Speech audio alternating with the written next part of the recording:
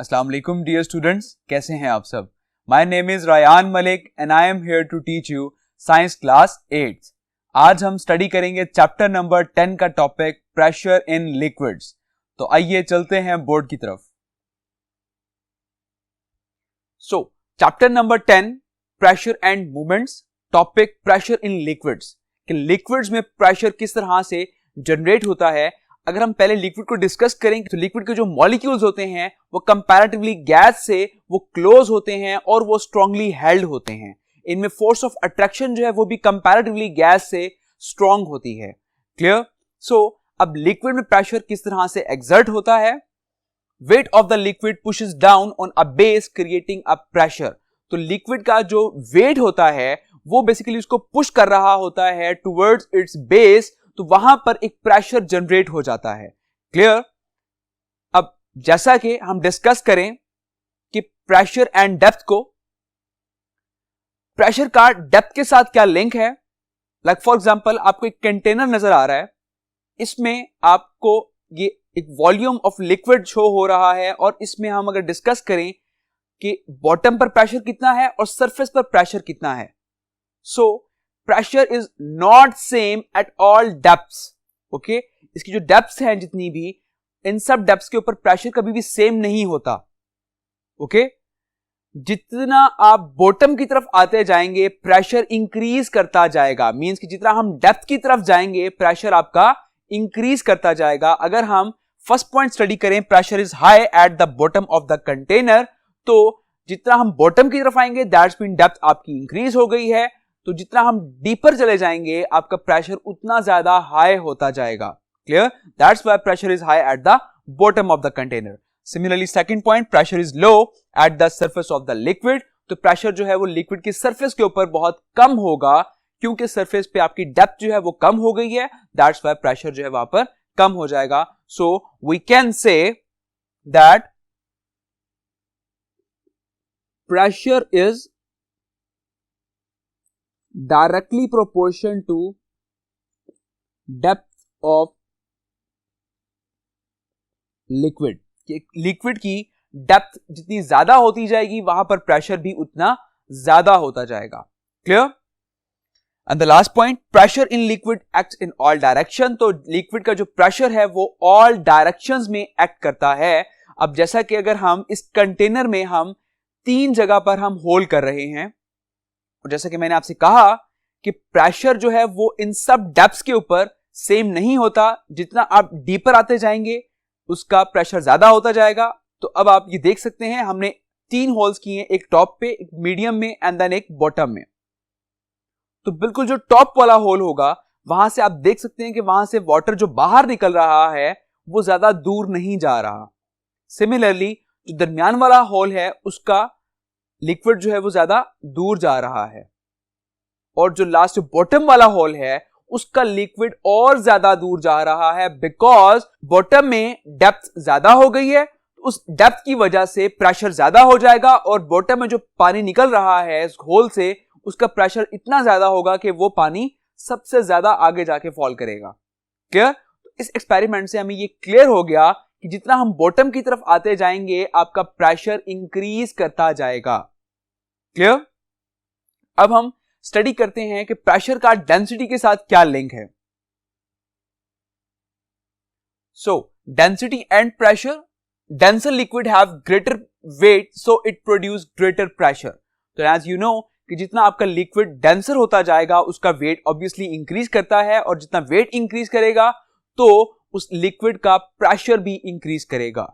Clear. अब हम एक एग्जांपल स्टडी करते हैं जिससे आपको क्लियर हो जाएगा कि किस तरह से डेंसर लिक्विड जो है वो ज्यादा प्रेशर एक्सर्ट करता है।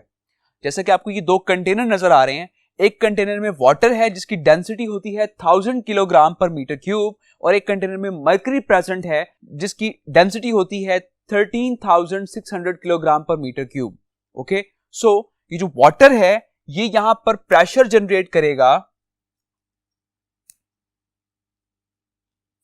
1000 किलो पास्कल। ओके, तो इस केस में जो प्रेशर जनरेट होगा that is 1000 kilo pascal. Similarly अगर हम इस केस को डिस्कस करें तो इस केस में जो प्रेशर जनरेट होगा दैट इज 13,600 किलो पास्कल।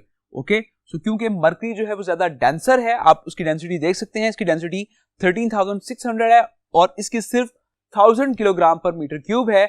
सो ये लिक्विड ज्यादा डेंसर है, दैट्स वाई इसका प्रेशर भी ज्यादा होगा, क्योंकि डेंसर लिक्विड का वेट ज्यादा होता है, उस वेट की वजह से उसका प्रेशर भी ज्यादा होता है। Clear? So container shape and pressure के अब शेप का प्रेशर के साथ क्या लिंक है अगर हम डिस्कस करें, so pressure in liquid does not depend upon shape, कि लिक्विड का जो प्रेशर है वो शेप के ऊपर डिपेंड नहीं करता। अब हम ये स्टडी करते हैं एक एग्जांपल से। अब जैसे कि यहां पर आपको एक टी पॉट शो हो रहा है, अब आप देख सकते हैं कि टी पॉट में, इस पॉट के अंदर जो टी का लेवल है सेम वही लेवल इस पाउट के अंदर भी है। ओके, सेम लेवल इस पाउट के अंदर भी है। अब स्पाउट और स्पॉट का लेवल सेम है और अब इसमें अगर हम मजीद टी ऐड करें तो आप एनालिसिस कर सकते हैं ये कि इन दोनों में सेम अमाउंट ऑफ राइज होगा। जितना टी में राइज इधर होगा सेम इधर भी स्पाउट के अंदर भी सेम टी में राइज होगा। दैट शोज कि लिक्विड का जो प्रेशर है वो शेप के ऊपर डिपेंड नहीं करता, जिस तरह की भी शेप हो वो इक्वली प्रेशर एक्सर्ट करती है in any shape. Clear? So I hope आपको ये लेक्चर क्लियर हो गया होगा। अब इसी पेज पर एक डिड यू नो का बॉक्स है, अब हम वो डिस्कस करते हैं।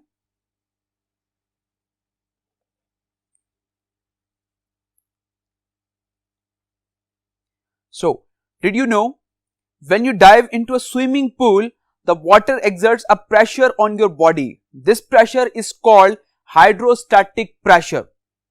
तो जब हम पानी में, स्विमिंग पूल में हम जब डाइव करते हैं तो आपने ये ऑब्जर्व किया होगा कि आपको एक प्रेशर फील होता है आपकी बॉडी के ऊपर। ओके, और उस प्रेशर को हम कहते हैं hydrostatic pressure, and you will probably feel the hydrostatic pressure on your air drum. और ये आपने अपने एयर ड्रम्स में भी ये चीज आपने फील की होगी, ये प्रेशर आपको वहां पर भी फील हुआ होगा। क्लियर? अब इसी पेज पर टेस्ट योरसेल्फ के कुछ क्वेश्चंस हैं, हम ये डिस्कस करते हैं one by one. Question number 1, explain why the pressure in a liquid increases with depth. हम ऑलरेडी डिस्कस कर चुके हैं कि जैसे जैसे आपकी डेप्थ इंक्रीज करती जाती है वेट ऑफ लिक्विड भी वहां पर इंक्रीज कर जाता है, दैट्स व्हाई वहां पर प्रेशर भी इंक्रीज कर जाता है। Question number 2, how does the density of a liquid affect pressure? And as we discussed कि डेंसर लिक्विड जो है उसका भी वेट ज्यादा होता है और जितना वेट ज्यादा होगा वो उतना ज्यादा प्रेशर एक्सर्ट करेगा। Question number 3, describe how you can show that the pressure in a liquid does not depend on the shape of its container. So ये हमने डिस्कस किया अभी कि हम एक टी पॉट की एग्जांपल से हम ये शो कर सकते हैं कि पॉट में जो टी का लेवल होगा सेम वही लेवल स्पाउट में भी होगा।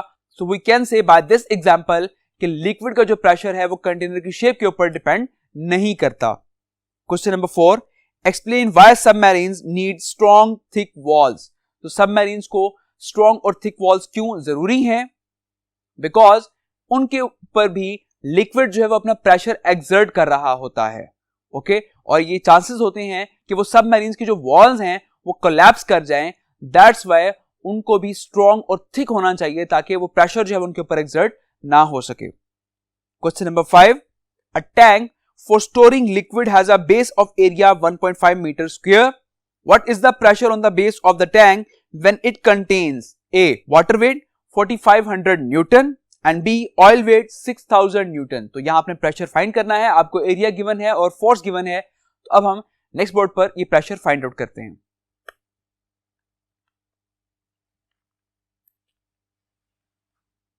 So question number 5 part A, आपको एरिया गिवन है 1.5 मीटर स्क्वायर और आपको फोर्स गिवन है 4500 न्यूटन और हमने फाइंड करना है प्रेशर।